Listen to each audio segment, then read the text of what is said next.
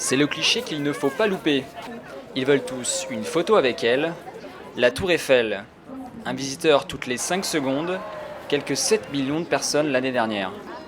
De loin, ça fait rêver, mais quand on se rapproche, mieux vaut être patient. 4 entrées, mais un seul ascenseur en service sur 3. Incident technique indique les panneaux. Du coup, le pilier Est est pris d'assaut.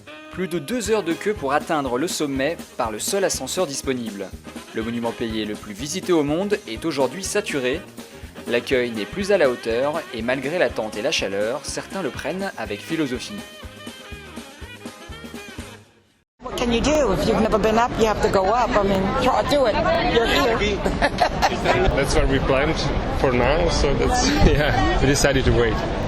L'attente, c'est un peu abusé quand même. Non, c'est pas normal. Un manque d'organisation, je pense. Pour éviter l'attente, une autre solution, 20 minutes cette fois, mais il faut être sportif. Il y a trop de queue et on préfère prendre les escaliers.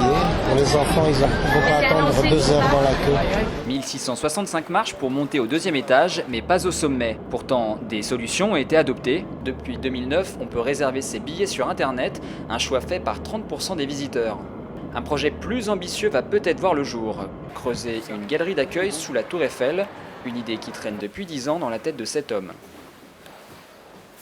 Alors moi, je suis au conseil d'administration depuis 2001, c'est dès le départ. J'attirais l'attention sur ce sujet. J'espérais que ça aille plus vite. Bon, le maire de Paris a préféré payer l'aménagement des berges que de faire ça. Nous, on aurait préféré, s'il voulait qu'il aménage la Tour Eiffel. Il y a toute une illogisme de la ville de Paris. Ce sont les choix que fait le maire. C'est lui, et il a la majorité avec sa majorité. Ce sont des choix que nous, on conteste. Mais nous sommes en opposition. Nous ne pouvons que regretter que ce dossier n'ait pas été traité beaucoup plus tôt. En attendant, la qualité de l'accueil et l'offre de contenu sont mises en avant.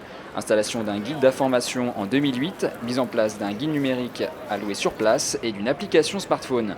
Des animations sur le parvis sont même organisées, jongleurs, clowns et chassiers assurent le spectacle.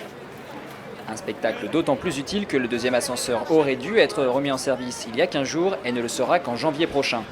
Le 3e ascenseur est lui plus que jamais en rénovation. Bref, la Tour Eiffel, ça se mérite.